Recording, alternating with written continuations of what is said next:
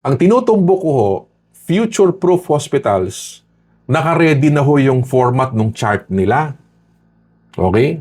Yung forms ready na, yung chart ready na, yung mindset ng doktor, nagsusulat na sila ng kanilang mga secondary diagnosis. Pinipiga na nila lahat. Okay?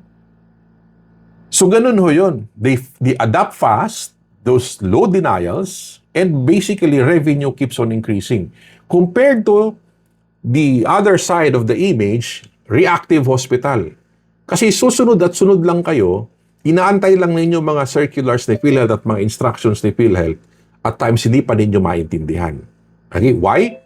Because top management failed to understand that this is how PhilHealth should work. So, the hospitals that prepare early will capture the next wave of the revenue. Okay? If you wait for change, you are already behind. Now, another key, okay, to the 700 million is this. If there is no system, there is no consistency. A claims team that operates without a written blueprint is always reactive.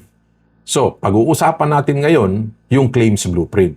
We partially discussed this last session or last free webinar.